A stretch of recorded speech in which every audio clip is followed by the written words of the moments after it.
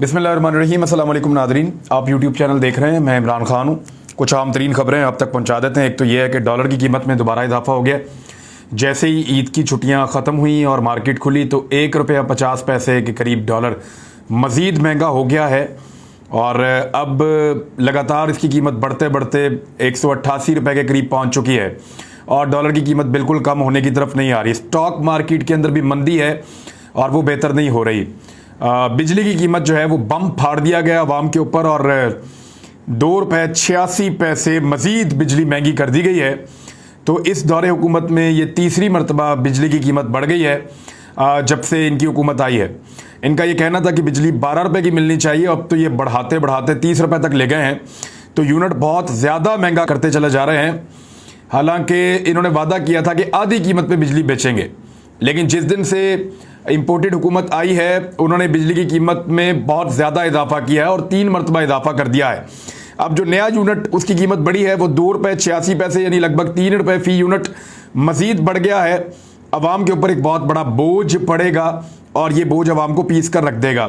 देखना ये है कि वो जो खुद साख्ता तर्जुमान है इस हुकूमत के, जो तर्जुमानी तो किसी और की उनको करनी थी, लेकिन उन्होंने हुकूमत की तर्जुमानी करते हुए ये कहा था कि जब ये हुकूमत बनी तो आप देखें कि कैसे डॉलर की कीमत नीचे आई, देखें कैसे स्टॉक मार्केट के अंदर बेहतरी आई। तो मैं उनके किसी बयान का इंतज़ार कर रहा हूं कि जनाब डॉलर की कीमत भी ऊपर चली गई है, आपको बहुत मुबारक। आपको मैं ये भी याद दिलाऊं कि स्टॉक मार्केट के अंदर मंदी भी है, आपको बहुत मुबारक। अद्वियात की कीमतें 20% बढ़ गई हैं, बहुत मुबारक। चीनी की कीमत जो है वो काफ़ी ज़्यादा बढ़ा दी गई है, यानी लगभग ₹20 के करीब बढ़ी है जब से ये हुकूमत आई है। 1 महीना भी इसको आए हुए नहीं हुआ, आपको बहुत मुबारक। घी की कीमत जो है वो ₹30 से ज़्यादा पर केजी जो है वो बढ़ा दी है इन्होंने आने के बाद, इस पे भी आपको बहुत मुबारक। मईशत का जनाजा निकल रहा है, बेड़ा गर्क हो रहा है, बहुत मुबारक। आपके बयान का इंतज़ार रहेगा कि आप आएँ और आकर आप बताएं कि इस हुकूमत आने के बाद अगर आप इसकी अच्छाई बयान कर सकते हैं। एक पॉलिटिकल स्टेटमेंट था जो आपको नहीं देना चाहिए था, तो अब आप इसकी बुराई भी आकर बयान करें और आप बताएं कि इस हुकूमत ने मईशत को कितनी ज़बरदस्त चोट पहुंचाई है जिस दिन से ये हुकूमत आई है। ये भी स्टेटमेंट आना चाहिए। अगर तर्जुमानी करनी है तो फिर मुकम्मल होनी चाहिए और पता चलना चाहिए कि क्या चल रहा और क्या नहीं चल रहा। सऊदी अरब के हवाले से एक बड़ी इंपॉर्टेंट खबर है, वो मैं आप तक पहुंचा दूं क्योंकि यहाँ पे खबरें मेरे पास बहुत ज़्यादा हैं, वक्त कम है। लेकिन सऊदी अरब के हवाले से जो इतला है वो ये है कि $3 अरब जो सऊदी अरब ने दिए थे वो भी वापस मांग लिए हैं। यहाँ द न्यूज़ ने एक खबर दी थी और ये क्लेम किया था कि सऊदी अरब से कोई $8 अरब की डील हो गई है पाकिस्तान की। सऊदी अरब कोई मज़ीद $8 अरब पाकिस्तान को दे रहा है, वो झूठा साबित हुआ। अब जो खबर आई है ये मुजम्मल असलम हैं, साबिक हुकूमत के तर्जुमान थे और इस वक्त जो है माहिर मईशियात के तौर पे स्टेटमेंट दे रहे हैं। उन्होंने 2 चीज़ें बड़ी अहम जो हैं अलार्मिंग उन्होंने बताई हैं। नंबर 1 ये है कि IMF ने उनकी तमाम शराइत रद्द कर दी हैं जो ये हुकूमत लेकर गई थी और सऊदी अरब ने भी $3 अरब वापस मांग लिए हैं। उन्होंने कहा तासुर दिया गया कि सऊदी अरब ने $8 अरब दे दिए हैं, जबकि मिफ्ता इस्माइल ने बताया कि सऊदी अरब ने $3 अरब वापस मांग लिए हैं। पहले कह रहे थे उन्होंने $8 दे दिए, बगले बजा रहे थे, खुशियां मना रहे थे कि भीख मिल गई, कमाल हो गया, ज़बरदस्त हो गया। मुझे भी लगा कि शायद तजर्बाकार भिखारी हैं, पैसे लेकर आए होंगे। लेकिन जब मिफ्ता इस्माइल ने ये पोल खोला बकौल मुजम्मल असलम के, तो पता चला कि सऊदी अरब ने $3 अरब अपने वापस मांग लिए हैं और उन्होंने कहा कि पैसे की कदर लगातार गिर रही है, रुपया कमज़ोर हो रहा है और हुकूमत की नाअहली वाज़ेह नज़र आ रही है। हुकूमत ने दावे किए थे कि शहबाज शरीफ आएगा तो मईशत बेहतर हो जाएगी और बेहतर हुई है, और ये दावा हुकूमत ने नहीं DGISPR ने भी किया था, लेकिन उनके दावे धरे के धरे रह गए। ये कह रहे थे कि IMF जाएंगे और पैसे लेकर आएंगे। IMF ने इनकी तमाम शराइत रद्द कर दी हैं और डॉलर की बढ़ती हुई कीमत से ऐसा लगता है कि ये ₹200 तक खुदा न खास्ता डॉलर पहुंच जाएगा और पेट्रोल की कीमत भी ये यहाँ तक ले जाएंगे। उसकी एक और रीज़न है, यहाँ पे हुकूमत ने कुछ लोगों से रब्ता करके फिर वो प्रेशर डलवाते हैं, कुछ इकदाम उनको उठाने हैं तो उसके लिए वो कर रहे हैं। Federation of Pakistan chamber of commerce and industry FPCCI ने वज़ीर-ए-आज़म शहबाज शरीफ को मुल्क में माशी इमरजेंसी नाफज करने के लिए ख़त लिख दिया है। यानी इन्होंने आकर मईशत को इतनी बुरी तरह तबाह कर दिया कि उन्होंने ख़त लिखा कि मियाँ साहब माशी इमरजेंसी लगाएं इस मुल्क के अंदर। वज़ीर-ए-आज़म को ख़त लिखते हुए उन्होंने कहा कि ज़र मुबादला ज़खायर और महंगाई की सूरत हाल बाइस तशवीश है। और उन्होंने साथ ही कहा कि गैर जरूरी अशिया की दरामद पर मुकम्मल पाबंदी लगा दें। लॉकर्स में रखे डॉलर्स को बैंकिंग चैनल्स में लाने के लिए हुकूमत मुराद फराहम करे। अभी डॉलर निकालने के लिए बात कर रहे हैं, अपना फ़ायदा तो सब सोचते हैं। साथ ही उन्होंने कहा कि जो आप पेट्रोलियम मसनूआत की कीमतें उनमें इजाफा कर दें। आप बाहर से महंगा पेट्रोल खरीद कर सस्ता क्यों बेच रहे हैं? ऐसा कोई ख़त इन लोगों ने कभी इमरान खान को नहीं लिखा। इंटरेस्टिंग बात देखेंगे, इमरान खान महंगा पेट्रोल खरीद कर अवाम को सस्ता बेच रहा था और वो ये कह रहा था कि मैं सारी दुनिया में सबसे सस्ता पेट्रोल बेच रहा हूं, तो तब इनमें से कोई नहीं बोलता था। अब ये शहबाज शरीफ को रेस्क्यू करने के लिए आएंगे, मेहरबानी करो जनाब। तो ये जहां से डोरियां हिलती हैं वो सबको पता है। रेस्क्यू करने के लिए आए कि जनाब मेहरबानी करें, इस कौम पे पेट्रोलियम मसनूआत की कीमतें बढ़ा दें। तो कौम ये देख रही है और वो ये याद रखेगी कि ये तो पेट्रोल सस्ता करने आए थे 100 रुपये लीटर, ये तो आए थे डॉलर को 130 रुपये पे लाने के लिए, ये तो आए थे चीनी को 55 रुपये किलो करने के लिए, 120 रुपये की बिक रही है, ये तो आए थे घी को आधी कीमत पे लाने के लिए। वो आधी कीमत तो क्या, वो ज्यादा कीमत के ऊपर बिक रहा है। अद्वियात के ऊपर इन्होंने इतना शोर मचाया, 20% इन्होंने आते ही बढ़ा दी। बिजली की कीमत के ऊपर ये कह रहे थे कि आधी कीमत पे बेचेंगे, वो भी बहुत ज्यादा बढ़ा दी और किसी बात का कोई जवाब भी नहीं है। शहबाज गिल को जो चोटें लगी हैं, मेरी उनसे बात हुई रात के वक्त, गालिबन सुबह हो गई थी जब मेरी उनसे बात हुई लेट नाइट में, तो काफ़ी तकलीफ उसकी आवाज़ में मुझे सुनाई दे रही थी और मैंने उसको यही कहा फ़ोन सुनते ही कि जब चोटें लगती हैं आपको फौरी तौर पे, तो आपकी बॉडी क्योंकि गर्म होती है, आपको पता नहीं चलता कि आपको चोटें लगी। मैं बॉक्सिंग खेलता था, तो जब हम बॉक्सिंग मैच जीतते थे या हार जाते थे तो बॉक्सिंग में बहुत चोट लगती है, पसलियों में, मुंह पे, गर्दन पे बहुत ज़्यादा चोटें लगती हैं आपको, कई कई दिन आपके मुंह पे निशान रहते हैं। तो बॉक्सिंग खेलता था, उस वक्त तो मैं पता ही नहीं चलता था। हम जाके अपनी ट्रॉफी भी ले लेते थे, दोस्तों के साथ चिल भी करते थे, वापसी के ऊपर आइसक्रीम खाने भी चले जाते थे। लेकिन जब रात को सोते थे तो तब पता चलता था कि कितनी दर्दें हैं। फिर 2-2 दिन जो है वो सही तरह नींद नहीं आती थी, 2-2, 3-3 दिन जो है वो तकलीफ होती रहती थी। तो नॉर्मली हम बताते नहीं थे दोस्तों को, बेइज्जती होती है दर्द में, लेकिन ये है कि ये दर्द होती ज़रूर है। गर्म आपकी चोटें हो तो पता नहीं चलता। तो मैंने जब रात को बात की तो उसकी आवाज़ से अंदाज़ा हुआ कि वो बहुत तकलीफ में है।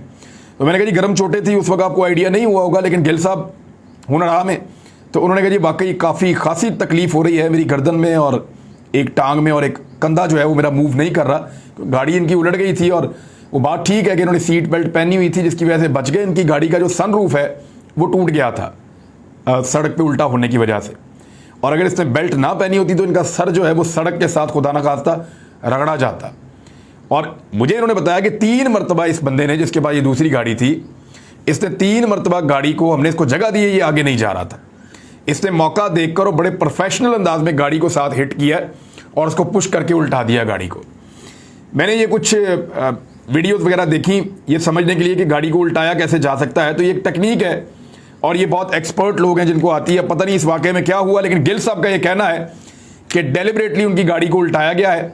मोटरवे पुलिस ने बंदा गिरफ्तार कर लिया, लेकिन मैं हैरान इस बात से हुआ कि मोटरवे पुलिस बजाय कि ये बयान जारी करती कि हमने बंदा पकड़ लिया है, तफ्तीश कर रहे हैं, तहकीकात करने के बाद तफसीलात मंजरे आम पे लाएंगे, उन्होंने उल्टा उस बंदे का बयान दे दिया कि जी मैं तो मासूम हूं, ये तो अचानक हादसा हो गया और मेरा कोई कसूर नहीं है।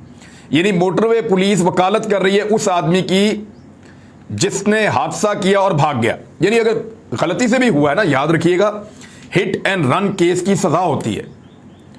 अगर आपने किसी को हिट कर दिया है और आप वहां रुक गए हैं, अगर उस आदमी की जान भी चली गई है, आप वहां रुके हुए हैं, तो कानून में बहुत गुंजाइश मौजूद है, आपकी बचत हो जाती है।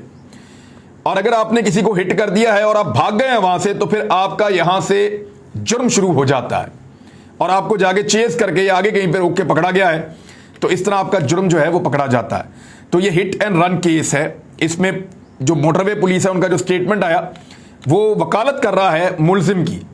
ये बहुत अजीब है, मुझे हैरत हुई, पूरी दुनिया में ऐसे नहीं होता जैसे इन लोगों ने इसको बयान किया है। शहबाज गिल की चोटों के ऊपर वो लोग भी तनकीद कर रहे हैं जिनका अपना लीडर 3 साल से दवाई नहीं ढूंढ पा रहा। दुनिया के सबसे बेहतरीन मुल्क में जहां पे सबसे अच्छा हेल्थ सिस्टम है, इनका लीडर वहां पे गया हुआ है, 3 साल से दवाई नहीं ले पा रहा, 3 साल से दवाई खा के वापस नहीं आ पा रहा। वो भी आज शहबाज गिल के ऊपर, अल्लाह की कुदरत देखेंगे, वो लोग भी उसके ऊपर आज जो है वो तनकीद कर रहे हैं, उसका मजाक उड़ा रहे हैं, जिनका अपना लीडर खुद एक लतीफ़ा बन चुका है कि हर मौके पे लोग कहते हैं वो भी आ गया पर वो नहीं आया जो दवाई लेने गया था, ये भी हो गया पर वो नहीं आया जो दवाई लेने गया था, इतनी ईदें, इतनी शबरातें गुजर गई पर वो नहीं आया जो दवाई लेने गया था। तो लोगों ने इतने लतीफ़े बनाए, तो वो जो दवाई लेने गया था उसके पैरोकार भी शहबाज गिल पे ये तनकीद कर रहे हैं कि भाई इस तरह गाड़ी उलटे बंदे की जान जा सकती है। वो गर्म चोटें थी, उसको बेचारे को उस वक्त पता नहीं चला, और बाद में उसको जो है उसके जब अंदरूनी चोटें हैं, जब आपको ज़ख्म आते हैं तो फिर आपको तकलीफ भी होती है बाद में। तो अब उसका मजाक उड़ा रहे हैं। मेरे ख्याल में किसी की ऐसे चोट का मजाक नहीं उड़ाना चाहिए। मुनरिफ अराकीन के हवाले से जो खबर है वो आप तक पहुंचा देता हूं मैं। उनके ऊपर कार्रवाई शुरू हो गई है और समाअत हुई है उनके रेफरेंस पे। मुनरिफ अराकीन ने मुख्तलिफ लोग थे इसके अंदर, फ़ारूक अल्ताफ़, आसिम नज़ीर, अफजल खान धांधला, नवाब शेर वसीर, राजा रियाज, नूर आलम खान, अहमद हसन ढेर और राना कासिम नून, गफ़ार भट्टू, ये सारे लोग, रमेश कुमार, इन्होंने अपने जवाब जमा करवा दिए।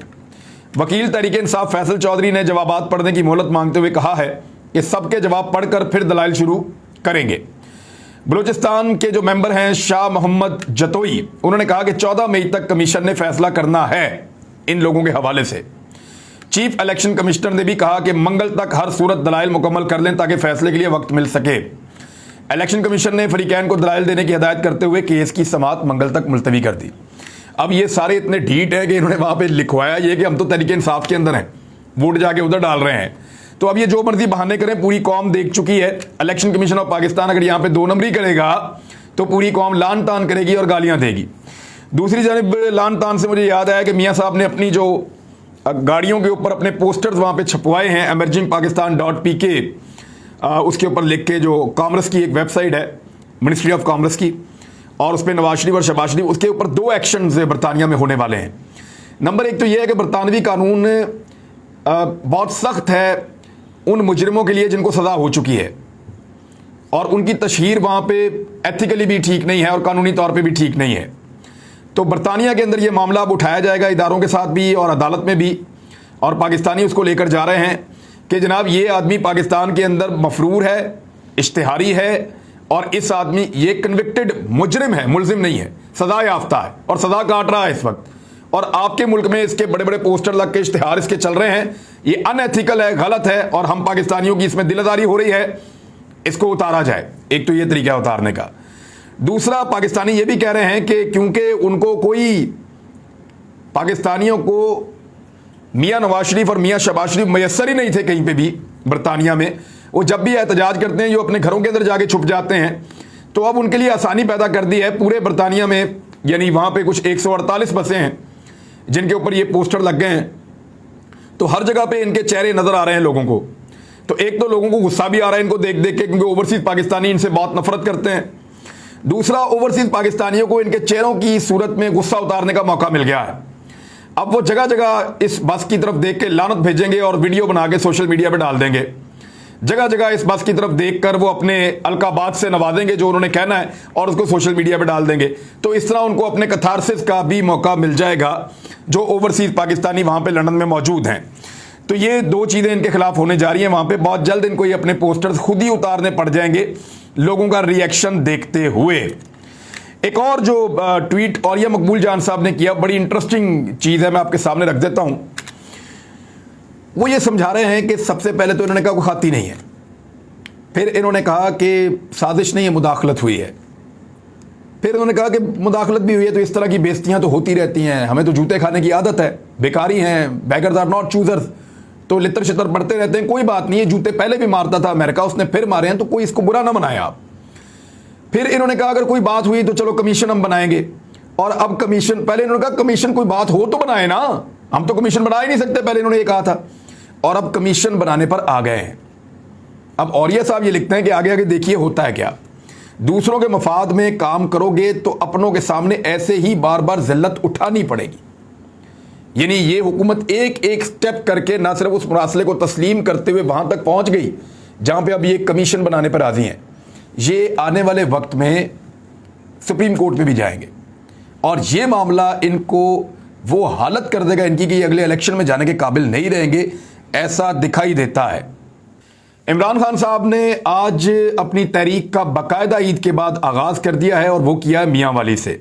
जिस वक्त मैं ये रिकॉर्डिंग कर रहा हूँ तो जलसा आगाज़ हो रहा है अभी, मतलब इस वक्त जब मैं रिकॉर्डिंग कर रहा हूँ, ये वीडियो तो थोड़ी देर के बाद आप तक आएगी, तो जलसे का आगाज़ हो रहा है और बहुत बड़ी तादाद में लोग मियाँ वाली में मौजूद हैं, बहुत बड़ी तादाद में।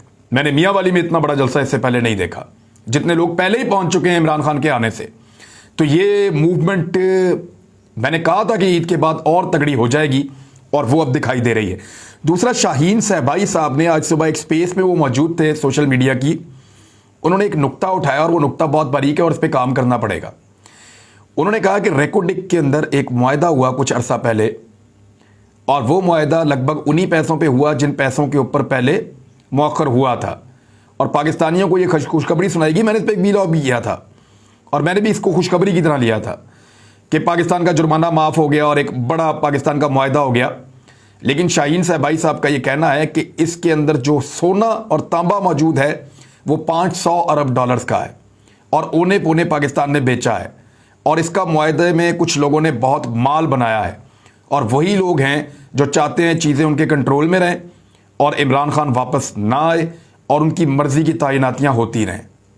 बहरहाल इसका इशारा मैंने आपको दे दिया, इसके ऊपर काम करेंगे, भी देखेंगे कि वाकई इसके अंदर ऐसा कुछ है या नहीं है। देखते हैं, इसको सबका जवाब भी मांगते हैं। अपना ख्याल रखिएगा, अपने चैनल का भी। अल्लाह हाफिज़।